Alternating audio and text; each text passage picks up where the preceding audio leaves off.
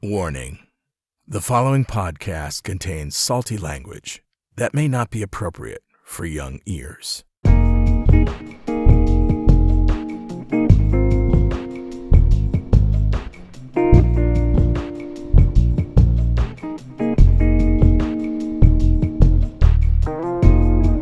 Hey keto freaks, this is Carl.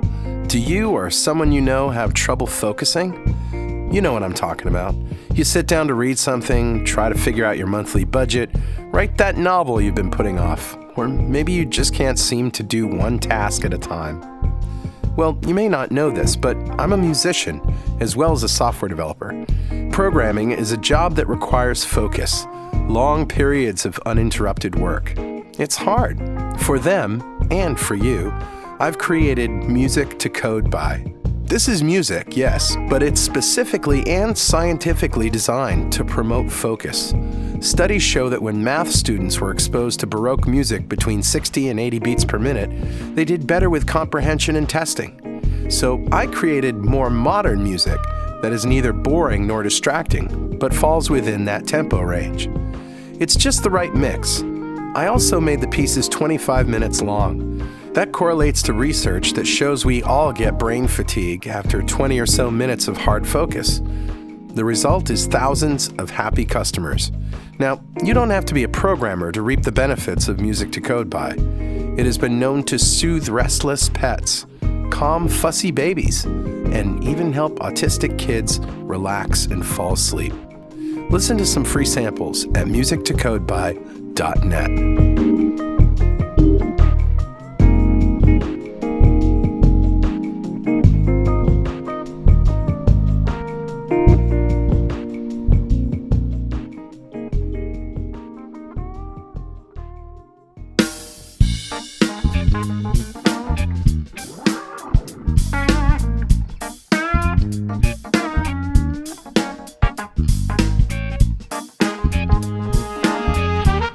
Welcome back to Two Keto Dudes. This is Carl Franklin from Connecticut in the United States. In February of 2016, I put myself on a ketogenic diet to take control of my metabolism. In just 2.5 months, I managed to reverse all my markers of type 2 diabetes with diet alone. As of now, I'm about 76 pounds lighter with no signs of diabetes or heart disease. Hi, I'm Richard Morris in Canberra, Australia. I've been on a ketogenic diet for over 2 years. When I started, I was very sick with complications from type 2 diabetes. Within 6 months of studying a ketogenic diet, all of my biomarkers of disease had disappeared. I've also lost about 70 pounds and I've completely turned my health around. And this show is a document of both my progress through ketosis and Richard's experience thriving for years in ketosis. Yeah. And hopefully that might help a few people who are curious about this kind of dietary hacking. Yeah, we're not doctors. We don't want to give anyone any medical advice, but we are keen to share our own experiences. We're actually both software developers, so we're not afraid of a little technical detail, are we, Carl? Nah.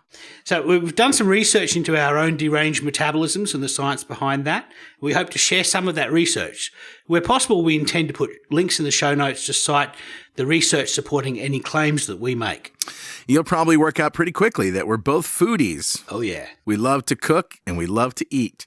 So we share the great food that we can eat on this diet. Every episode, both of us share a recipe for an essential keto meal that we eat on a regular basis. So let's start podcast number 27, Mad as Hell.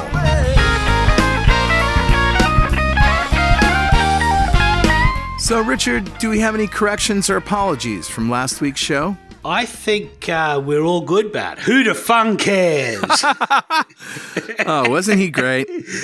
He was awesome. He was outstanding. And any salty language was doctor approved. Absolutely. Yeah, literally. Yeah, it's amazing. Well, let's start with the old reprise. What is a ketogenic diet for the newbies? Sure. Well, a ketogenic diet can be summed up as high fat, low carb, and moderate protein. Yep. We have less than 20 grams of carbs, although that's not an exact number. 20 grams a day. Some people do 30, 40, 50, whatever. Try not to go over. Yeah, try not to go over. I personally don't count them, but I just know what foods I can and can't eat. Most of my carbs come from green leafy vegetables and maybe a few nuts. Yeah, carbs in this diet are trace amounts only. They happen to be in otherwise healthy food, but you keep the total amount of carbs below a certain level to force your body to get energy from fat. And speaking of fat, we eat a lot of that. Yeah. So in the beginning especially, it's really important to eat fat so that you don't get hungry and slip up and eat carbs. I mean, you're essentially trying to convert your body from running on glucose to burning fat for fuel. Exactly. As time goes on, you'll eventually be using mostly your own body fat because if you're trying to lose weight, that's how you're going to lose weight, by using your own body fat as your energy source.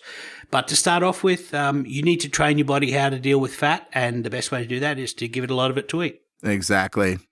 And then the final macronutrient, the final source of energy, in fact, in our case, isn't really a source of energy. We're using protein for maintaining our bodies. We're not using protein as an energy source. So we don't need a lot of protein, but we need enough just to maintain our body. And that will be based on how big your lean body mass is. So, and there's a calculator for that. Calculating your protein is probably the only mathy part of a ketogenic diet. All of the rest of it becomes fairly much innate and common sense after a while. But even the experts disagree on protein, which is interesting. The ketogenic calculator that we use says that a guy like me should be eating about 100 grams of protein a day, maybe a little less, just to maintain muscle mass and keep cellular repair working and all of that stuff. Right. And yet guys like Dr. Jason Fung, who we interviewed last week, said he thinks that most of us eat 3 to 4 times the protein that we actually need. And maybe we only need 20, 30 grams of protein a day. Who knows? So I guess we could say this is what we follow. It's worked for us, but it may not be optimal, and science may come out to change our minds someday. In that case, we'll just adapt.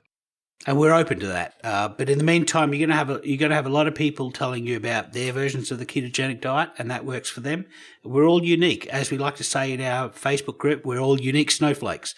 Right. And so we all have an individual variability, and so you really have to find out what works for you. Exactly. And you are your own best lab rat. Exactly. Try eating the protein and the macros, and if you find you're not in ketosis as much as you want to be, or you think you're slipping out of it, or you're not losing weight or whatever, try dialing back the protein a little bit. Your body will tell you if you're not getting enough protein. Awesome, Carl. So how are you doing this week? Well, let me tell you something. That interview that we did with Dr. Fung last week significantly changed my outlook, and it doesn't happen all the time. But not only with the protein thing, but the whole flexibility of definitions that he uses, you know? People will come to him all the time, and this is what I figured out from his FAQ, you know, when I'm reading the fasting FAQ that he published. Everybody's like, what should I do? What should I do? Should I do this? Should I not do this? I read you should do that. Everybody wants to apply the brain to figure out what the optimum plan is. And he's like, you know, try it. Does it work? Continue. Does it not work? Do something else. And that's essentially our philosophy here, isn't it? Yeah, pretty much. I mean, you did a fast. Now, most people consider a fast to be no food at all, but in fact, there's an entire continuum of different things that can be called a fast. You could have just fat, or you could have under 600 kilocalories per day, or there's lots of different ways. And in your particular version of a fast, I think you started out with not a lot of food, and I think you were just bulletproof coffees. But do you want to tell us a bit about how your week went? Because you went for almost a whole week, didn't you? Yes, I will. And I will even cede the fact that what I did was not technically fasting. Okay, fine. I'm not trying to redefine the word fast, all right? Right. I started out with the intent to fast for 7 days. What I ended up doing was fasting for a day, fasting for 2 days, had a little bit of food, fasted for another day, had another little bit of food, fasted for a whole cycle of 2 days, and then slowly added a little bit here and there and did this combination. I guess you could call it keto-based calorie restriction. Okay. You know, whatever you want to call it, it doesn't matter. It worked. So this is what I learned from Jason Fung, is that you do what works for you. Right. So it should be noted that I've been hovering between 297 and 302 for about a month and a half, and you can tell that if you've been listening to our show. I've been eating only ketogenic food during that time. So this is your classic long stall. Yeah. And I've taken a cue from Tom Seast, who's our friend admin and also been interviewed on our show, that he says, embrace your stalls. He didn't even weigh himself for a year when he started this thing. Right. He doesn't know where he lost weight, where he gained weight. He just did it. And you just, lean into it. Rather than seeing it as a failure of your body to do what it needs to do, I was patient. I enjoyed the spoils of my successes. Yeah. I felt great, ate my favorite kinds of keto foods, and it was all good, and that's all fine. And I did a couple of fasts in the last month and a half, but they were short, 66 hours or so. And it was really only after talking to Jason Fung that I said, well, screw it. I'm going to go calorie restricted, whatever that means, for a long time. So, and let me just say that I don't recommend anyone listening do what I did. Don't just do what I did. I came to what I did because I figured out something that worked for me. Yeah. So, for example, others have tried adding a little alcohol 6 hours after eating. The results weren't all that great. Right. Some people had good results. Some people don't. So I encourage you to find your own path. So I think the common thread here is carbohydrate restriction. Totally. No matter what you're doing, you're not eating any carbohydrates at all. And Absolutely. you're really letting your body be a guide. Your daughter Emmy said this, she's very wise, your girl. She said, you really have to learn to pay attention to your body because it'll tell you what you need. And in the case of hunger really is a message saying, I'm running out of energy. Now, on a ketogenic diet, you respond to that by giving it some fat. So I like to look at this as an end goal. Where do we want to be when we finally end up on this ketogenic diet? And for me, that is intuitive eating, being able to eat what food that I feel like eating, and respond to my hunger and rely on my hunger to appropriately fuel me, not to expect my hunger to make me 300 pounds again. Yeah. But to make my hunger store a little bit of energy when I need to store a little bit of energy, draw down a little bit of stored energy when I've got too much. And so that really is, for me, is the goal. The goal for me is to rely on hunger to be the fuel gauge for my body. What's interesting to me is that when people hear this, they say, yeah, but I got into trouble over the last 20 years by listening to my body. But you've been listening to the sugar-burning body. Right. And the sugar-burning body wants things that aren't good for you. Yeah. And once you eliminate that, now you can clearly hear real signals, real hunger, real satiation. Yeah. And this is a signal that you have not been able to hear. It's absolutely true. The thing about sugar is the minute that that something sweet is put into your mouth, that some of that glucose is making it across the barrier into the blood vessels in your mouth and straight into your bloodstream. So your body gets used to the fact, if I need energy, the fastest way to do it is to get something sweet in my mouth. Yeah. And that it basically short circuits. It short circuits our mechanism for dealing with, hey, I need energy really quickly. And we just get to the point where we think, if I get the message that says I need energy very quickly, I need a Snickers bar stat, because you're not yourself when you're hungry. You know what I mean? So once you break that, once you can separate that mechanism out, you become a lot better at identifying real hunger. Yeah. So that's what I did. And like I was saying before, I also pretty much had some alcohol almost every night except for one. Okay. And that either is a couple glasses of wine or some bourbon or whatever. And I was losing pretty much 2 pounds a day until I got 10 pounds down. Any week that you can lose 10 pounds is pretty good. Yeah. And what's interesting is that 10 pounds came off in 5 days. Okay. And the last 3 days, I just sort of surfed at the same weight. And that's when I said, you know what? Okay, I'm done. I'm going to just wait this out. And then over the next few days, I pretty much stayed the same.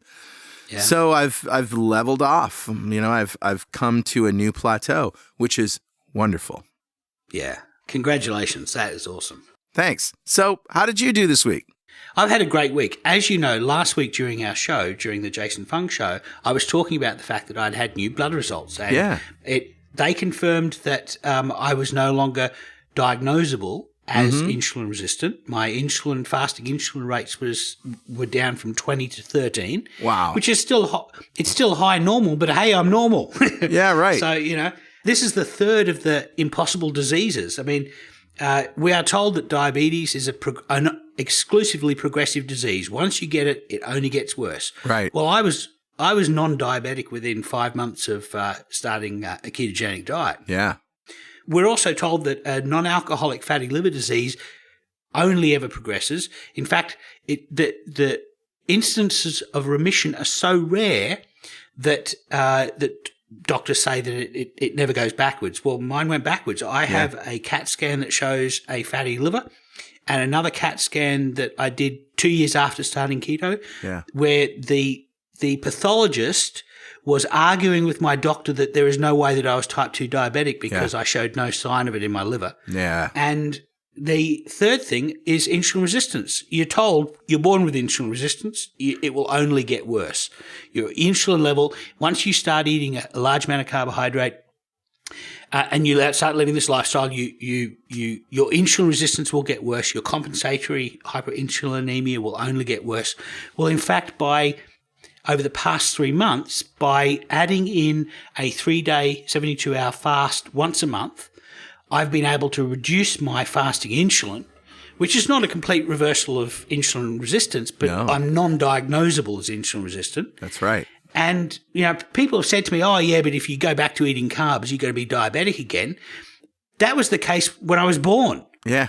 The case when I was born was if I ate a lot of carbs, I would become diabetic. So wait a minute. You're telling me that if I take poison, then something bad will happen. So, so by all means, why are you abstaining from poison? It doesn't make sense. It doesn't make any sense at all. So no, I've had an awesome week. I've gone off metformin. I now have. Yeah. My doctor told me 2 years ago I could go off metformin if I wanted to. I asked her if I could stay on, and she said sure. It's a low dose because I really wanted to keep a lid on my blood glucose. Yeah. So I've been off all drugs as of 2 weeks ago, and I've been tracking my glucose, and it's going up just a very small amount, but it's still it's gone up from like 5.2 to 5.4. So it's still great. Well, Richard, stories like yours and mine, they aren't unique stories. We hear tons of similar stories of people who have gone on a ketogenic diet with fatty liver and type 2 diabetes and completely reversed it. We know these doctors personally who have hundreds of patients that have done the same thing, all with the ketogenic diet. And if you don't want to hear anecdotes, go read the science. There have been dozens and dozens and dozens of studies now confirming the safety and efficacy of the ketogenic diet for reversing type 2 diabetes. So that boggles the mind and begs the question, if this is the science and this is reality, why is everybody still lying to us? There are 54 randomized controlled trials comparing a low-fat with a low-carb diet, and in 43 of them, the low-carb diet came out better, and in 5 of them, the low-fat diet came out better. So, it is reasonable that somebody can say, well, the science is not entirely settled, but if you actually look at those randomized controlled trials, the data from the 5 that came out with a low-fat diet being better was not significant. It was not a significant amount of difference. 0 of those trials had a significant weight loss advantage for a low-fat diet. But if you look at the 43 trials that that saw a better weight loss for a low-carb diet, 43 of those were significant. So, you can say that the science is equivocal, but the truth of the matter is that the science on the side of the low carb diet is producing significant results, and the science on the low fat diet has never produced significant results. There you go. And that brings us to an interesting story that we want to bring to everybody's attention this week. And Richard, this came across your desk, did it not?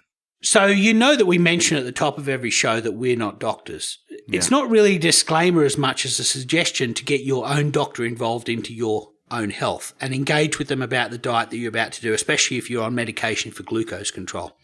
Sometimes you get an awesome doctor and they understand what you're doing with ketogenic diets and fasting, and that is great. And sometimes you get maybe a more conservative doctor who doesn't know what a ketogenic diet is, and all they know is that ketones are a bad thing. You might have to help them along with maybe a copy of Art and Science of Low Carb Living from Finney and Volek. Or you might have to look for another doctor. That sometimes is the only solution. But sometimes you get an awesome doctor who has done the research and is fully up to date on diet as a treatment for chronic metabolic diseases like diabetes, and they are not allowed to advise you. What? Yes, I know. So I'd like to introduce to you a story from an Australian doctor named Gary Fettke, who is a cancer survivor and an orthopedic surgeon. And he, for a living, he amputates diabetic feet. Oh. It's horrible. He used to remove in Tasmania 1 a month, and he's now doing several a week. Oh. So his specialty is responding to the really bad end of the diabetic spectrum. Yeah. This is when people have not had good glucose control.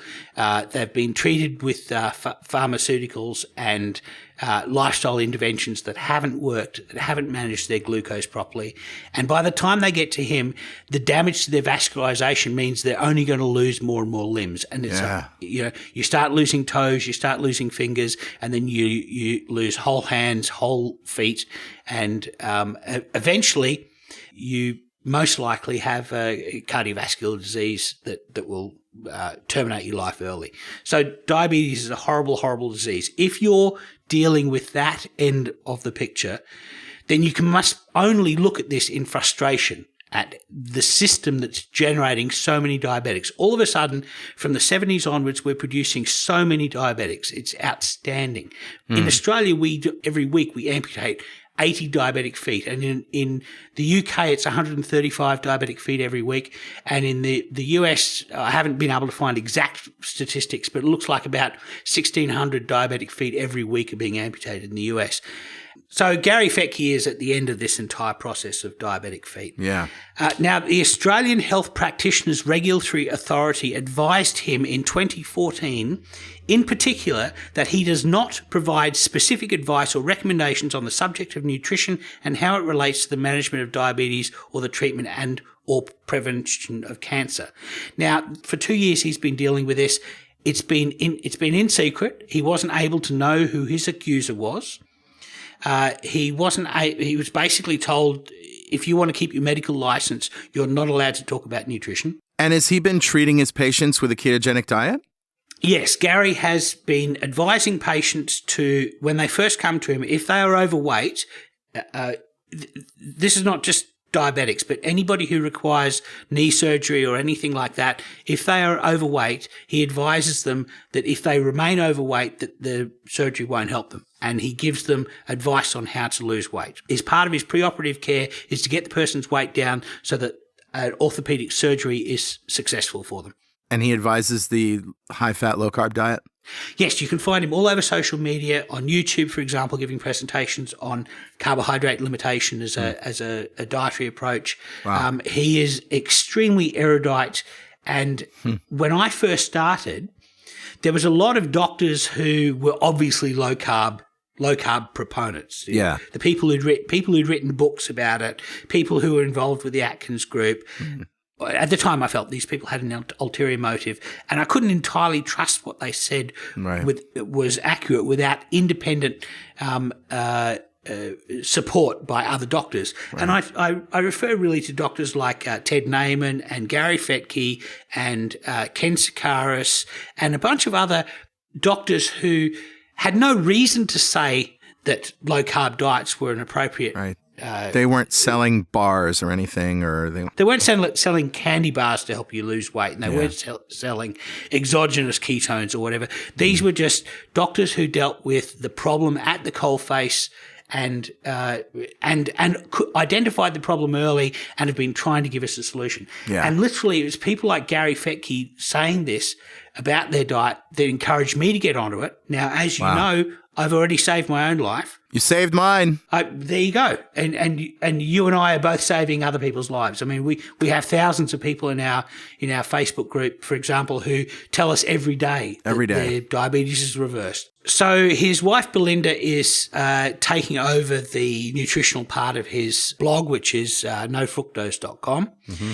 She's a former registered nurse. Her license is lapsed, so she fears so she doesn't fear losing her license for explaining the nutritional basis behind carbohydrate restriction. They have a business called Nutrition for Life in Tasmania, which does face-to-face appointments and Skype appointments throughout Australia on a one-to-one basis. They support Australians going on a low-carb diet. Yeah. So if this guy's been completely silenced, what can we do about this? I mean, it seems an outrage that a doctor can be told by anybody, you can't say that. And yet anybody else, including us with no medical degrees or anything, can say whatever we want. Right. It's outstanding. It comes down to the fact that that dietitians and physicians separated several decades ago, and they set up a line of demarcation. The physicians decided, well, diet is not really a hard science. It's a soft science. It's not a hard science like cutting bits out of people or giving them pharmaceuticals and chemicals to modify their bodily processes. Diet is a soft science. So we'll cede that to the dietitians. We'll let them be experts in that territory, and we won't concern ourselves with diet. Yeah.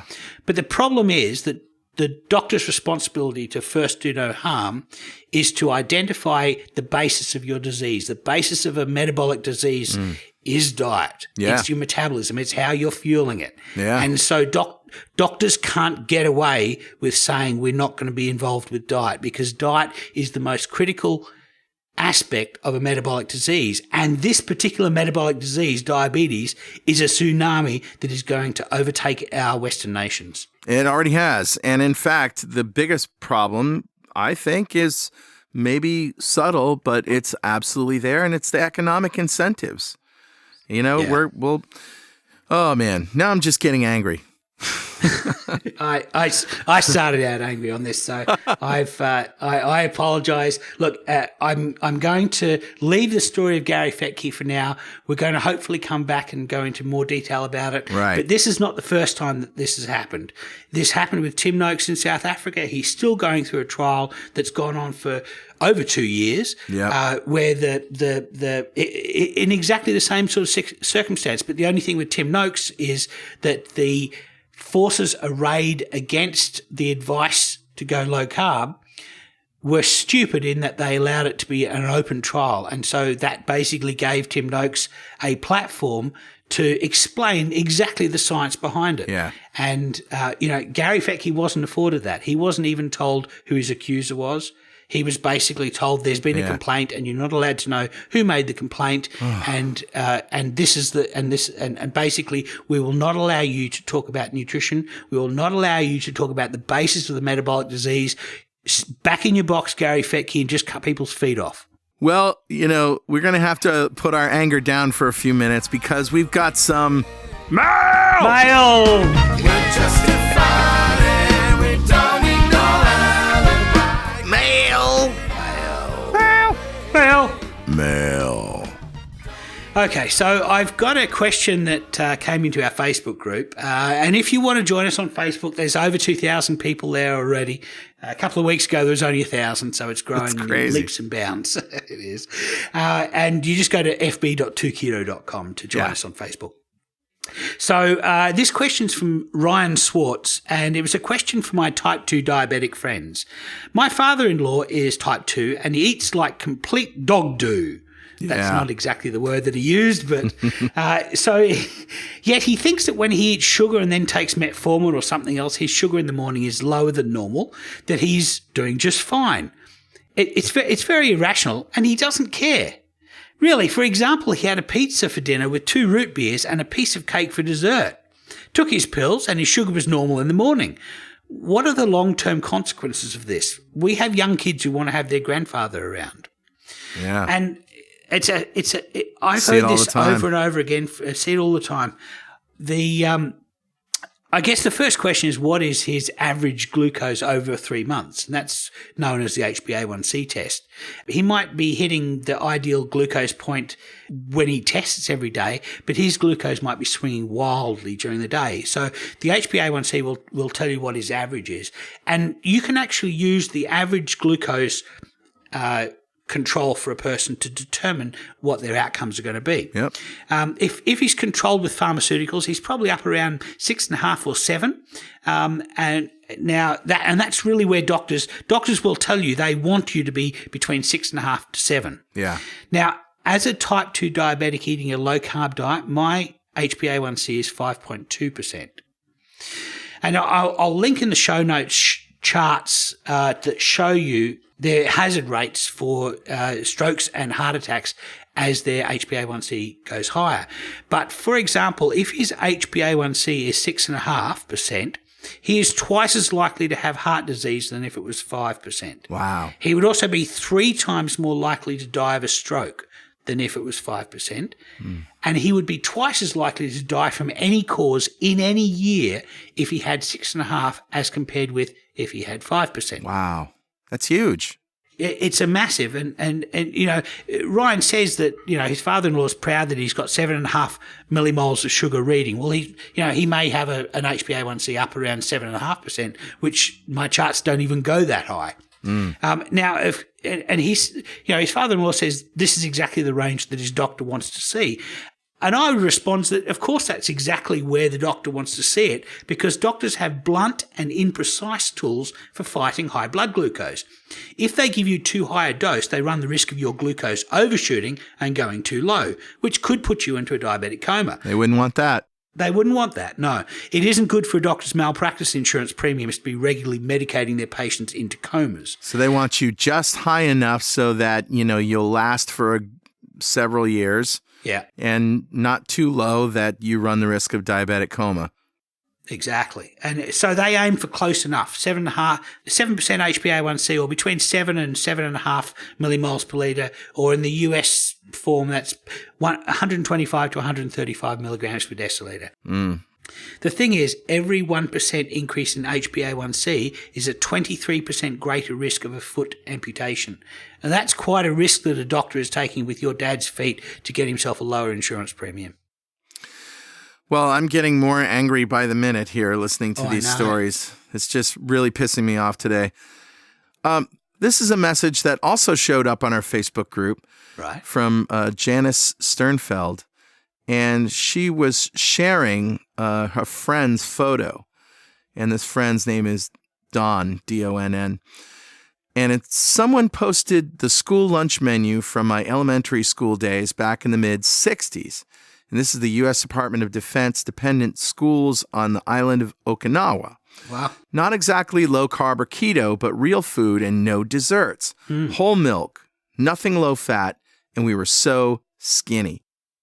Now, this is really interesting. I'm going to read you some of these. And while they're definitely not low carb, as she said, they're also not low fat. But check this out. Monday, chicken soup, Spanish macaroni, buttered green beans, tossed salad, bread and butter, chilled fresh fruit, fresh milk. Here's another one. Tomato soup, chicken a la king on toast, buttered spinach, tossed salad, ice cream, fresh milk. Wow. Here's another one. Cream of celery soup, roast pork, mashed potatoes and gravy, applesauce, buttered carrots. Notice how there's a buttered vegetable in every... I think I'm going to do a buttered vegetable for my recipe today. Oh, that's awesome. In honor of this. Here's another one. Onion soup, roast beef, mashed potatoes and gravy, buttered beans, vegetable salad, bread and butter, chilled pineapple, fresh milk. And it pretty much goes on that way for the whole thing. So it's a modest amount. It's a modest amount of fruit. Like this, a piece of pineapple. I mean, you're carbs. It's probably regional too. So Yeah. It wouldn't be canned in syrup pineapple. It would be pineapple cut from a pineapple. I don't know. Maybe it would. Who knows? But I mean, the interesting thing is they weren't afraid of butter. They weren't afraid of fat.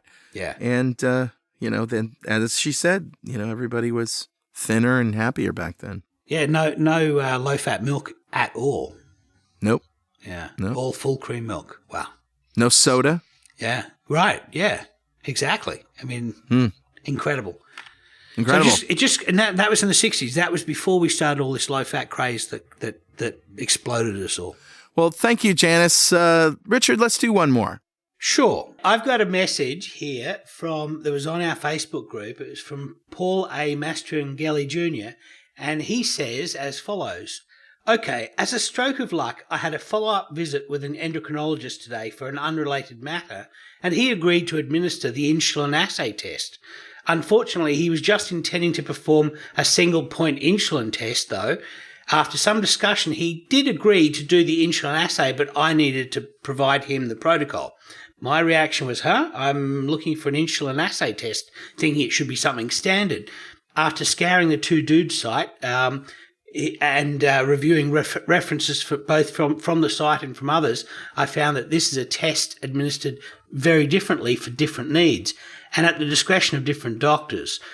The easy question is, does Dr. Kraft define his recommended protocol in Diabetes Epidemic and New book?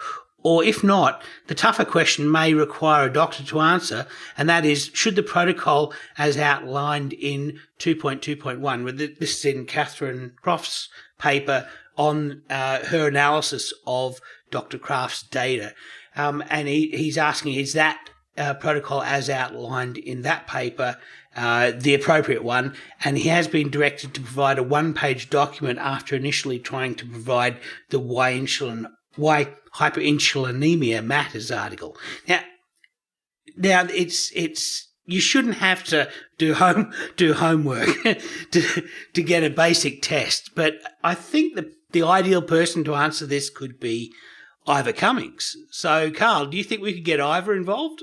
Yeah, let me call him.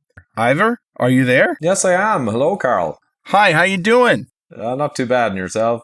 Just great. We wanted you to come on the show and talk about the Kraft insulin assay. And we can just start with Paul's question. What do you think of that situation? Is that a common occurrence that people don't know about this test?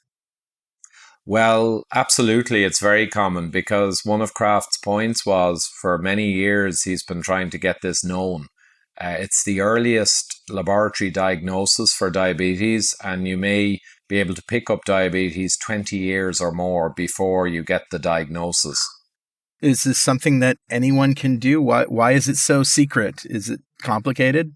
Well, it's not overly complicated. I'll describe it briefly as per Kraft's protocol. So you, like an oral glucose tolerance test, you drink 100 grams of glucose, or 75 grams nowadays. It doesn't matter too much.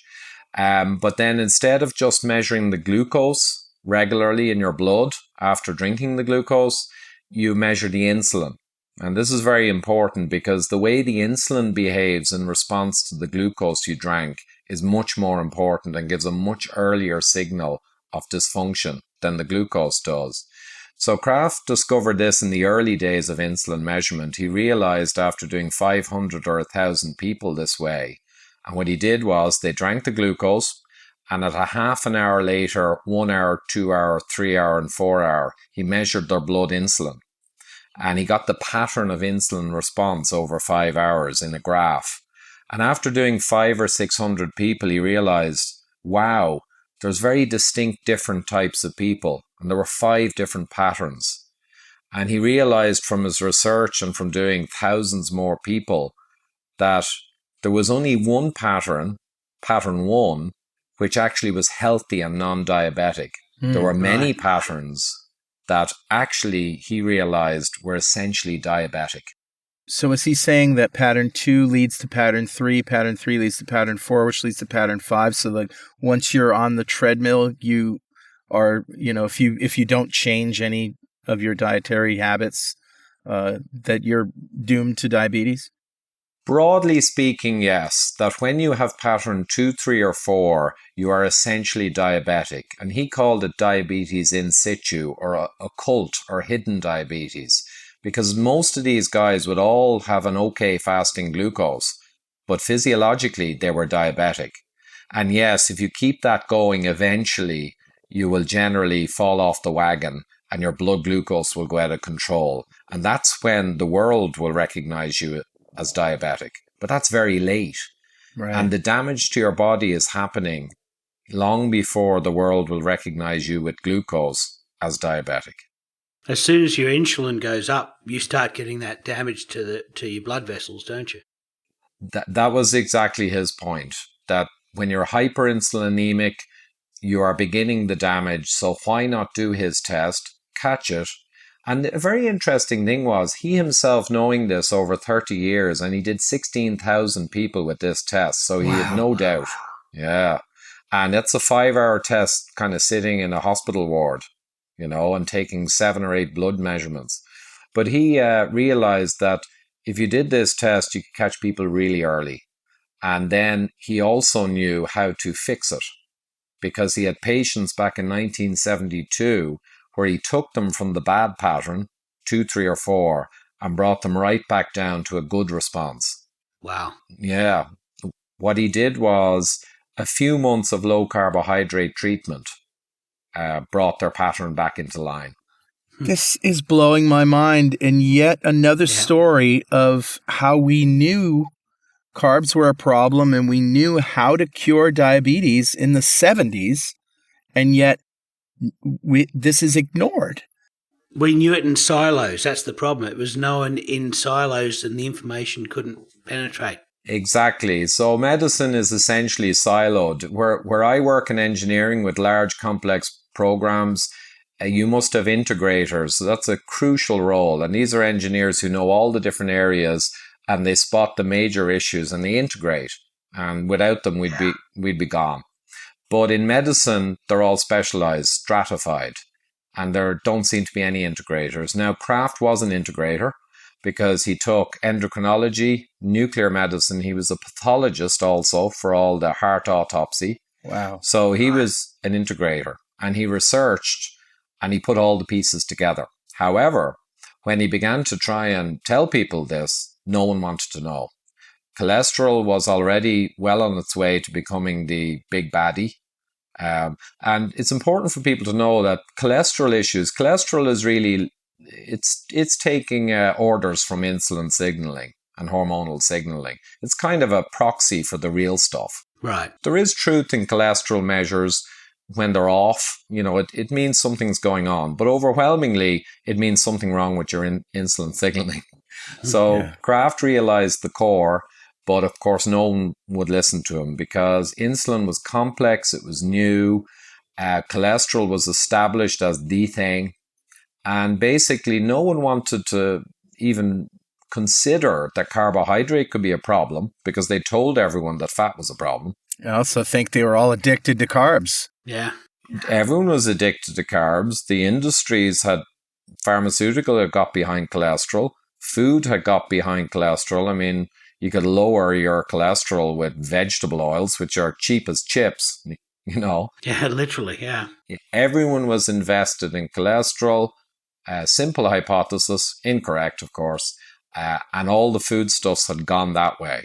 And here was Kraft saying, hold on, guys, insulin's where it's at. And actually, all of your food advice and dietary advice, I think you're wrong. So he spent 30 years in the wilderness, basically. I was talking to my friend George yesterday, who remembers a guy that we both know in the local area who, I'm not sure if he had diabetes or not, but just chowing down on Twizzlers all day long, saying, well, they're fat-free.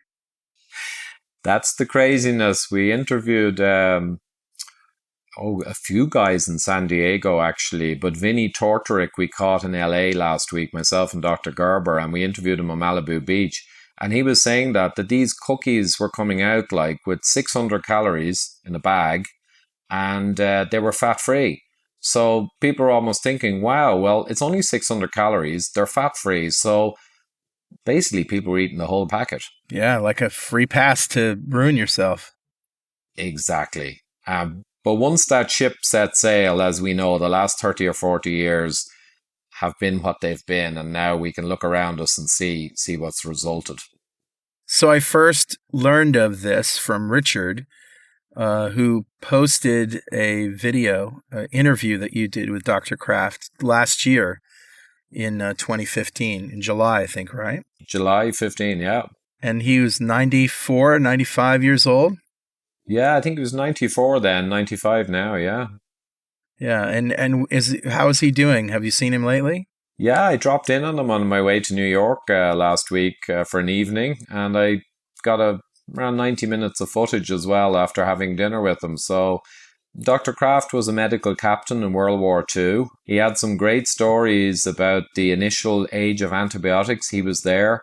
He went through tuberculosis and he was there at the start of the age of antibiotics, and in his career spanned right up to 2000. So, and being a pathologist with over 3,000 autopsies he personally conducted, and also a doctor in nuclear medicine, of which there were only a handful in the States back in the 70s, he was in a unique position.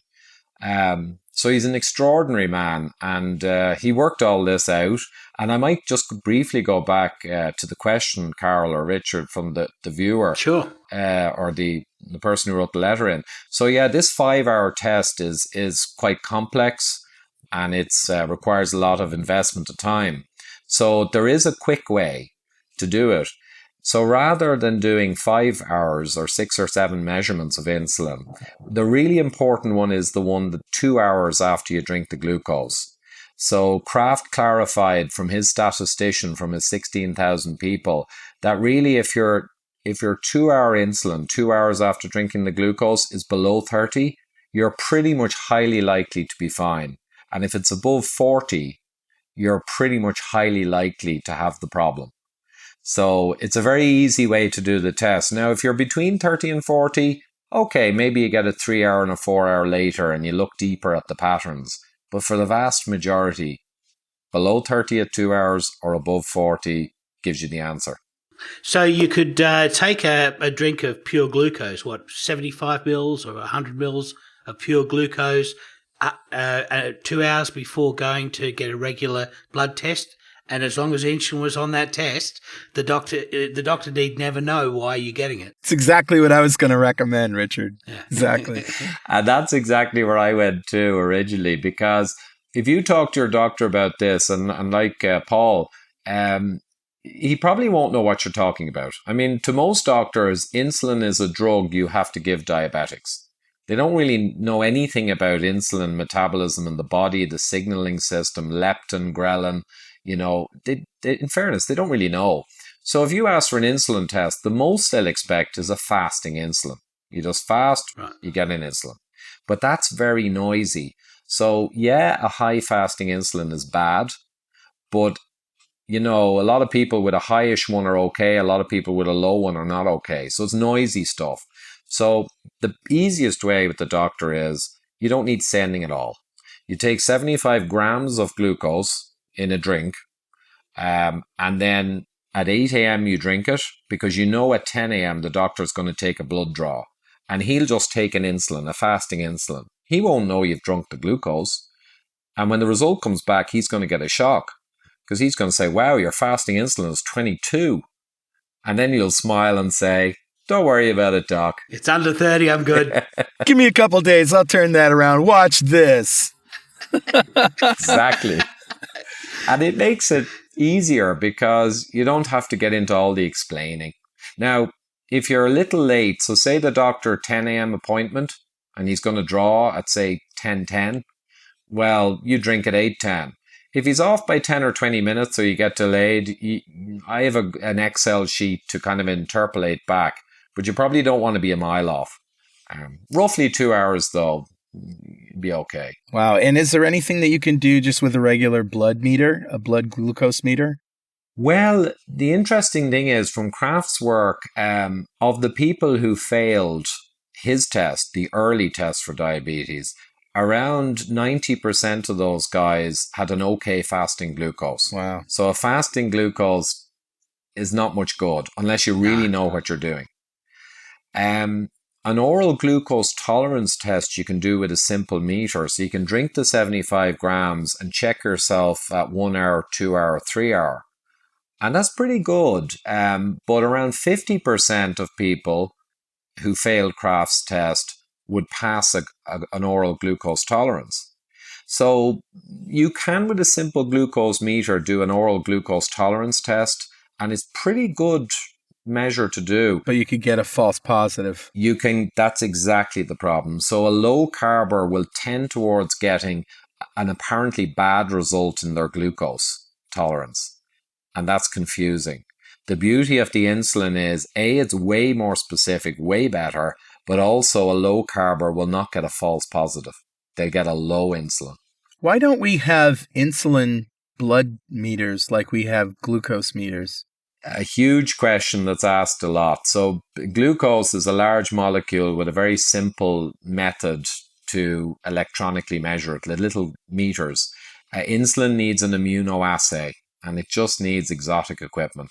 And I someday perhaps they'll have some immunoassay or some other method in a small meter, but no one's really pushing for it either. Because as we saw with Kraft, no one in industry really wants to go down the rabbit hole of insulin, because that's where all the dirty secrets lie. One of the things that strikes me is that our smartphones are so smart that this jack at the bottom is both a headphone and a microphone jack. And the microphone jack is nothing but an analog to digital converter. And so you can, if you have the right analog signal to send into that, say from a sensor or something that reads blood glucose, you can get measurements. And it's just a matter of making the hardware that interprets those analog signals correctly, or that interprets the data correctly and sends it up as an analog signal, and then the software that can read that and actually turn it into something.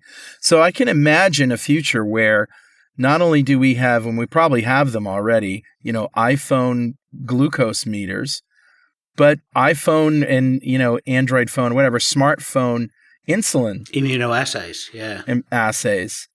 And all sorts of other things. Like I can only see technology getting better for people who want to do home labs. I would just toss one spanner into that mechanism there. We're currently going away from giving patients access to this information. In Australia, for example, it used to be that I would be able to get glucose testing strips subsidised by the government. Well, the new policy now is to give people HbA1cs 4 times a year and basically take a glucometer away from type 2 non-insulin dependent type 2 diabetics because the signal is too noisy for glucose. So, I mean, what they were doing is they were giving somebody would be recently diagnosed diabetic, they'd be given a glucometer, they'd be shown how to basically use it, they'd be sent home, and they'd be testing all at the wrong times, when they're not eating something or whatever. And so the information that they were getting back from these things was unreliable. The doctors prefer to have just an HbA1c, which averages glucose over 3 months, and it's the path of least resistance. Well, that's the way that the doctors are heading, but that's even more reason for the general public to get behind something that they can plug into their phone, right? Yeah, no doubt.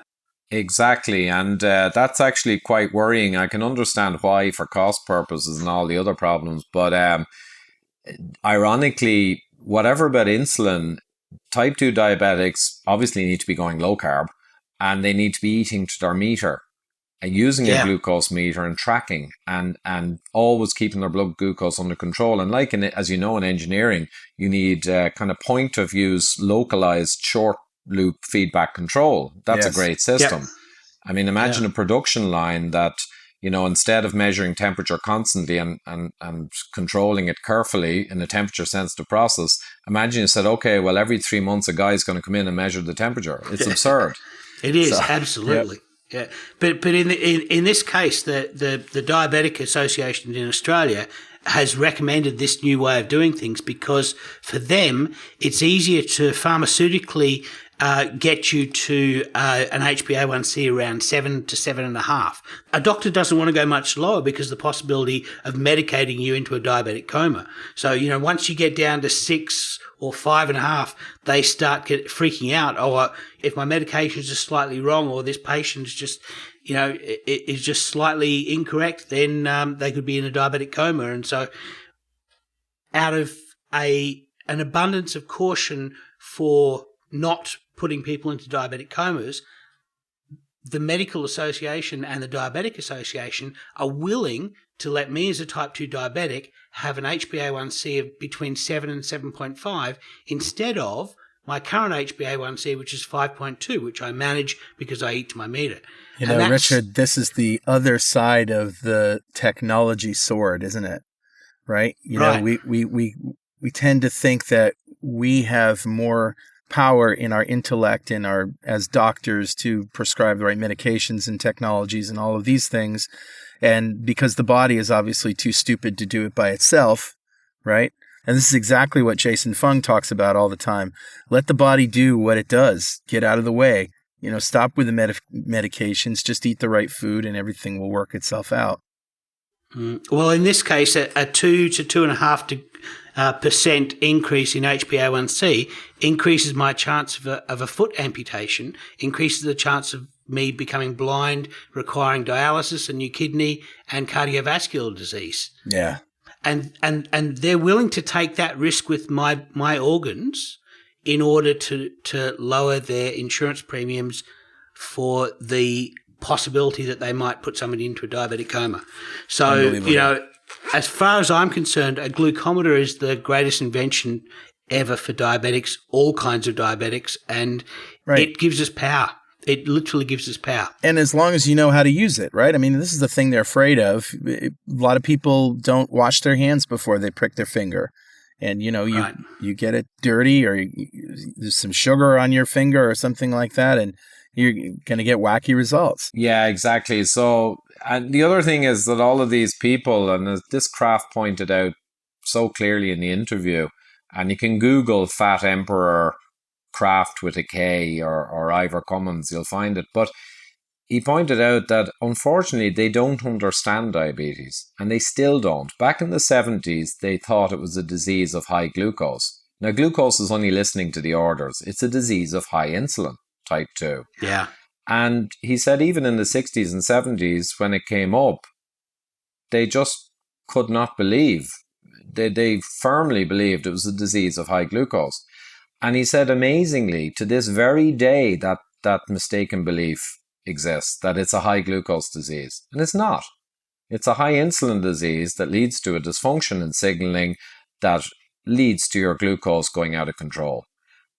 But because they don't really understand it, they just see it as glucose and they think 7 is okay, it's better than being 10. And they do what you're describing, Richard, which is an absolute disgrace. Because you can live the full life expectancy, and type 1's the same. If they low carb and they keep their HB down at 5.2 or 3, to keep their blood glucose under control, they can live the full life expectation of a human. But type 1s usually live around 12 or 15 years less, and they have all the complications. There's no need for that. No need whatsoever. Bernstein, R.D. Dykman, Jason Fung, they all know if you control your carbohydrate, eat to your meter, keep your glucose down, don't become insulin resistant as a type 1. Don't provoke your insulin resistance as a type 2. You can live a full life expectancy. You can keep your feet in your hands and your eyes, and there's no problem. That's completely available for anyone. And still eat delicious, nutritious, ancestral foods, cheeses, meats, fish, all the nice stuff. No problem. But look what we've got instead. Yeah. So I'm going to recap your advice for anyone who in your life, listener, somebody who might be obese, but yet their blood sugar is good. And they say, no, my blood sugar is fine, but there's a good chance that their insulin is out of whack. And so all you do is you have them drink 75. Now, where does one get glucose? Can you get pure glucose? So you drink 75 grams of glucose and then 2 hours later get a blood test with insulin and look at the markers. If it's between 20 and 30, you've got a problem, right? Well, if you're below 30, okay. If you're above 40, not okay. Oh, between 30 and 40. 30 and 40 is the gray area where you're not sure. But most people will either be under or over. So I haven't sourced the glucose, but I think in a pharmacy or chemist, you can get just pure glucose powder, and it's 75 grams. And I think they also have the drinks. People can look it up. They have the drinks that are made for the oral glucose tolerance test. I've seen them actually in the pharmacies, CVS and Rite Aid, and even some supermarkets I've seen them before. So how about somebody who is on a low-carb diet and they're fat adapted and they're glucose sparing? If they do this test, obviously their body's not going to behave in the same way with that glucose challenge. So what do they do? Right. Well, that's a very special case. So pattern 1 is healthy, right? Below 30 at 2 hours. Pattern 2, 3, and 4 are various types of hyperinsulin, high insulin response, with a long delayed fall off. And then there's pattern 5. Now, pattern 5 is a very low insulin response, okay? And pattern 5 can be a couple of different things. It could be a type 1 diabetic who's not producing insulin, right? They get a low response. Or it can be a low carber, just as you described, Richard. So a low carber often will come in with a very low response of insulin because the machinery is not really geared up for a sudden load of glucose. So the insulin response is quite low. And likewise, they can get quite a high glucose spike in the blood for the same reason. So I like to think of it as a low carber. It's like your body is like a spring and it's holding back the glucose from the muscle cells to spare it for the brain, which is great. But if you're pushing against this door, holding the glucose back in the blood and out of the muscle, right, to spare it, what happens if suddenly you flood your blood with glucose? Well, then there's going to be an overshoot, right? And there is. So what they will tend to do, low carbers, is get a very low insulin response, pattern 5, and they will get quite a high glucose. Now, what Kraft used to do to overcome this problem is he'd put people for 2 weeks on a higher carb diet, right? He'd take low carbers, put them for a couple of weeks on a higher carb diet and let their machinery level out. And then he'd know, I'm not going to get any false pattern 5s. So how much is a higher carb diet? If you're on a 25 or 20 grams of carbs a day, a ketogenic diet, what are you going up to 150 or something in that area?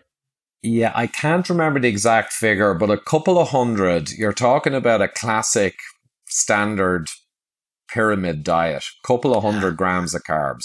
Now, you may be able to only take 100 to achieve it. You may do it in 2 or 3 days, but Kraft played safe. He gave him plenty of carb, standard diet, couple of weeks, because he wanted good data. But I think a few days with native peoples, when they do oral glucose tolerances, I think they give 250 grams a day for 3 or 4 days to not get a bad oral glucose result. So let's remind people also that if you're a type 2 diabetic already, you don't need the Kraft test. You've got a problem with insulin. Absolutely. This is not for knowledgeable, smart, low carbers who know what they're doing. Right. This is for their kids. Yeah, or it's just generally for people who don't really know what's going on. They're eating a standard food pyramid dietary guidelines diet.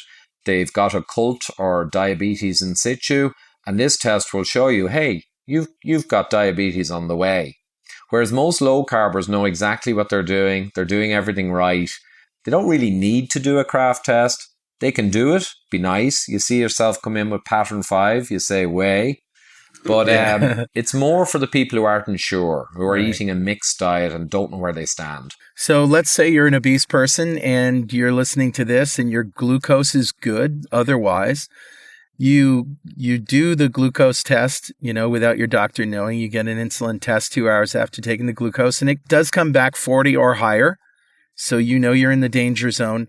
Now, here's the question. Is going on a ketogenic diet, which reduces your sugar, also going to do as good a job at reducing your insulin? Absolutely. From what we know, and again, we don't have all the data. No one has a monopoly on the final truth. But overwhelmingly, what happens is in a ketogenic diet, after a short while, when you fat adapt, your insulin response to glucose will fall right off. And that's what Kraft saw in all the patients where he lowered the carbohydrate. not even ketogenic. I'm not sure exactly what he used for low carb. It was pretty low carb. He switched them all back to pattern 5, low insulin response. So there's other causes of heart disease, I guess. Kraft believed that hyperinsulinemia/diabetes was the cause of nearly all cardiovascular disease. And he could be correct.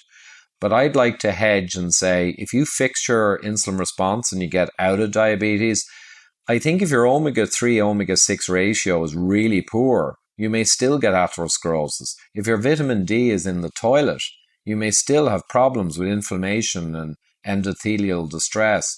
But broadly speaking, the big thing to fix is to pass a Kraft test. You're non-diabetic then, you've taken away the primary cause of issues, and you'll also tend to fix all your cholesterol ratios by doing that, like we know.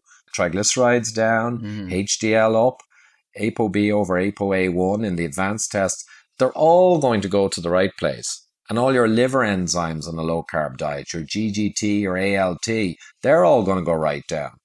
The beauty of a low-carb diet properly done is it nearly fixes every goddamn metric.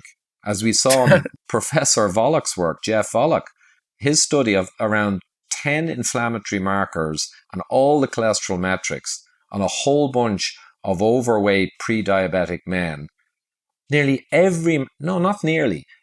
single marker of around 20 all went to the good place on the low-carb ketogenic versus the standard diet.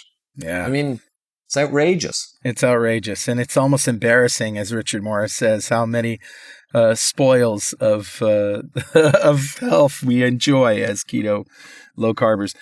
Ivor, I want to thank you very much. This is fantastic. Thank you for your interview with Dr. Kraft. Thanks for bringing the awareness of this assay to everybody. And now we finally have a way that you can hack the system and find out for yourself without your doctor even knowing. So thanks again. Thanks very much, Carl Richard. Always a pleasure. Great stuff. And we'll see you at the Keto Fest next year. Oh, yeah, absolutely. That's going to be a great, and I might just say, there's so many conferences and there's a lot of doctors and lay people and they're all stuck in rooms all day listening to talks, and it's great.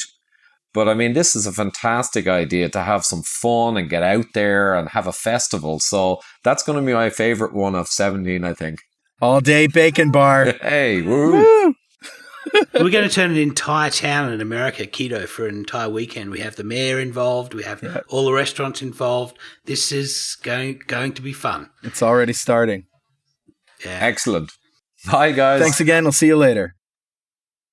I don't know about you, Richard, but I'm getting pretty pissed off. Oh, I know. It's frustrating. It's just the good news is that we managed to get our own way out of the cul-de-sac that's diabetes. So, and by sharing this information with other people and them being able to share it with their friends and loved ones, this is an opportunity to basically create a grassroots movement of all of us away from diabetes. And the Kraft insulin test that Ivor has basically publicised off his own bat and has done such a wonderful job at is going to make a big difference. It's going to let us see. It's going to let us see diabetes 20 years before it happens. Absolutely. Okay, well, with that, folks, we're going to start eating because it's time for recipes.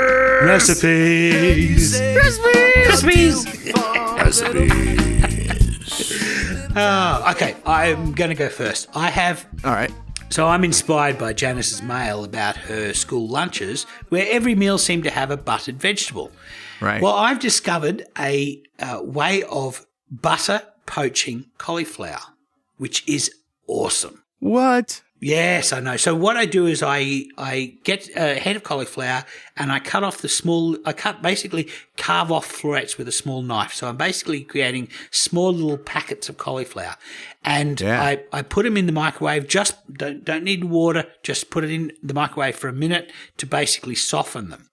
So now I have softened florets of cauliflower, but that's pretty bland. Now, I found the ideal way of cooking this. So for about 100 grams of florets of cauliflower, I get about 30 grams of butter. And I put it in a small saucier, which is a small pan for making sauces. Yeah. And I melt that butter and I get it just blipping just a little bit. It's not really boiling. It's just every now and then there's a little blip of it's talking to you. Talking. It's going. It's flirting with me. And it's exactly what it's doing, blipping. And so what I do is I put the cauliflower in floret side down, stalk side up. So I can do this with my fingers. And I basically layer the entire bottom of the saucier with this cauliflower, and it starts soaking up the butter. It's almost like confying cauliflower in butter, or I guess butter poaching. I'm going to call it butter poached cauliflower. Yeah, sure. And then I sprinkle a little bit of salt over the top of it. And I just let it sit there for 5-10 minutes. And basically what I'm doing is every now and then I pick up a floret to see if the surface of the floret is going brown. And I'll share pictures on my blog of what that should look like and when you've taken it too far. But basically you're just golden brown. You're getting the surface of this cauliflower golden brown. And because it's going to soak up all of this butter, you're going to be left with a fair bit of butter left over in the pan. Sure. But which you can just toss over. You pour it over or you toss into a sauce. It's now cauliflower flavored butter, which is awesome. But these little cauliflower florets, they're just golden and they're absolutely infused with butter.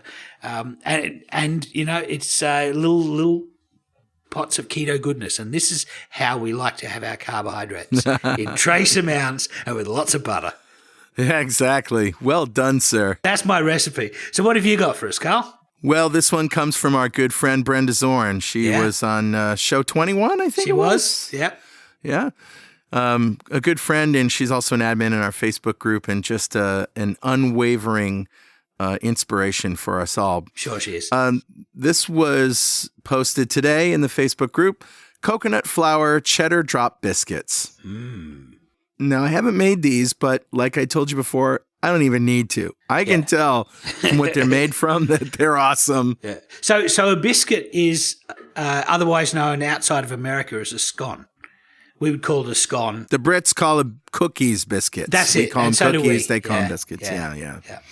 But this is like a scone in the UK. Right. Well, they're called biscuits in America. Yeah. Biscuits with gravy. Yeah. So what you do is you take a quarter of a cup of coconut oil or butter melted. Given a choice, coconut oil is probably healthier for you, but I love the taste of butter. Yeah, me too. A third of a cup of sifted coconut flour. Okay. Yep. Coconut flour, a third of a cup. 4 eggs. Quarter teaspoon of salt, quarter teaspoon of onion powder, quarter teaspoon of baking powder, and a half a cup to a third of a cup of sharp cheddar cheese shredded. Oh, nice. Yeah. And I can tell just from this ingredient list, these are going to be awesome. Yeah. So blend together the eggs, coconut oil or butter, salt, and onion powder. And you combine the coconut flour with the baking powder and whisk it into the batter until there are no lumps. And now you fold in the cheese and drop that batter by the spoonful onto a greased cookie sheet and bake at 400 degrees for only 15 minutes. And you get about 10 biscuits out of that. Nice. Now, since she posted that, our group has gone ballistic with, oh my God, I got to try it. Somebody made them right then and there, and they came out, and the testimonial was, oh my God, these are great. Somebody made a bacon avocado sandwich with them. Oh, nice. And Brenda's saying, yeah, you haven't lived until you've had them as hamburger buns or cheeseburger buns, right? Yeah. I intend on making egg, cheese, sausage biscuits in the morning. Ah, nice. Yeah. So you could do them in the upside down muffin pans that you use for making Yorkshire bread. So you could make burger buns with them. Yeah, and even if you spoon them out, they sort of flatten out. So yeah, they'd be just fine without that pan. But I'll probably use it. Yeah. They'd go well with butter poached cauliflower. It would actually. Well, we didn't want to make you too angry, so we left you with some biscuits and some butter poached cauliflower. But that's a show. But of course, if you have anything that you want to tell us, something we said wrong, something you don't agree with, some more research that you found to support or refute what we've said, please send it by email to dudes@2ketodudes.com or post it on our website. You can tweet us at 2KetoDudes. You can follow us on Instagram at 2KetoDudes. And that's about it. I think we're just about everywhere. Our Facebook group, fb.2keto.com. So normally at this time of the show, I'd say something like keep calm and keto on, but I'm a little bit angry today. So what I'm going to say is don't get angry, fix yourself, and then fix somebody else. Yeah, that's right. Change the world. Start with yourself. Hey, we'll see you next time on 2 Keto Dudes.